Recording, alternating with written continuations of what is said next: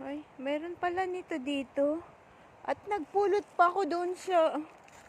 Ayan, hinahanap ko tong punong ito eh. Ito pala yun oh. Meron pala kayan dito. Tingnan nyo. Ayan, na-discover ko rin. Ito ang kanyang dahon.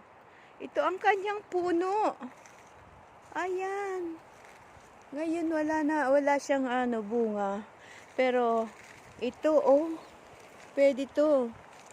Kunin natin ang ang dami oh.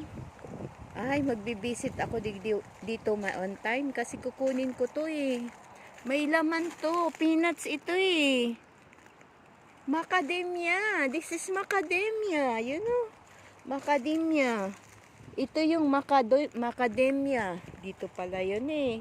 Ito pala yun eh. Ay, kukuha ako nito. Dito, ang daming nahulog. Hindi ko... Oh my God.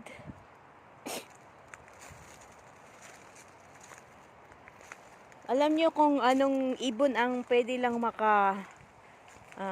makabukas nitong shell na to? Ang yung Macau. Macau na ibon. Yun lang ang pwedeng bukas nito. Kasi ang hirap itong buksan. Ang hirap talaga nitong buksan. Madami na ako nitong collection. Kinukuha ko doon sa dinadaanan kong bahay. Kala ko wala dito sa garden. Meron pala eh. Kahit pala dito sa garden, mayroon tayong macadamia. Ayan oh. Ay sayang, hindi ko na notice to. Kinuha ko na sana tong mga nahulog na to. Ang dami-dami oh. Ay nako, Maria. Talaga naman. Saan ka ba talaga, Maria? Di ka concentrate sa paligid. Ayan. Ito yung macadamia. Tingnan nyo oh. May laman itong nuts. Ang sarap pa naman ng nuts nito. Alam nyo ba, ang mahal-mahal ng ganito, macadamia nuts. Favorite nung anak ng isang may-ari ng eroplano. O yan, ito na-controversy itong macadamia na yan. Uwi na ako. Punta na ako sa Yan, kilala ko lang sa inyo ang puno ng macadamia. Ito yung puno ng macadamia. Ayan. Ang sarap ng kanyang laman, yung kanyang nuts. Ang sarap talaga.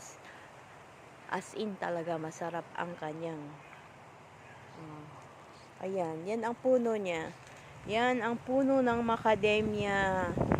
Ayan. Maliit lang siya. Pero wow. At ito ang kanyang dahon. Ito ang kanyang dahon, no? Ayan. Yan ang kanyang dahon. So, punta na ako doon kasi hinintay na ako ng anak ng aking amo. Bye!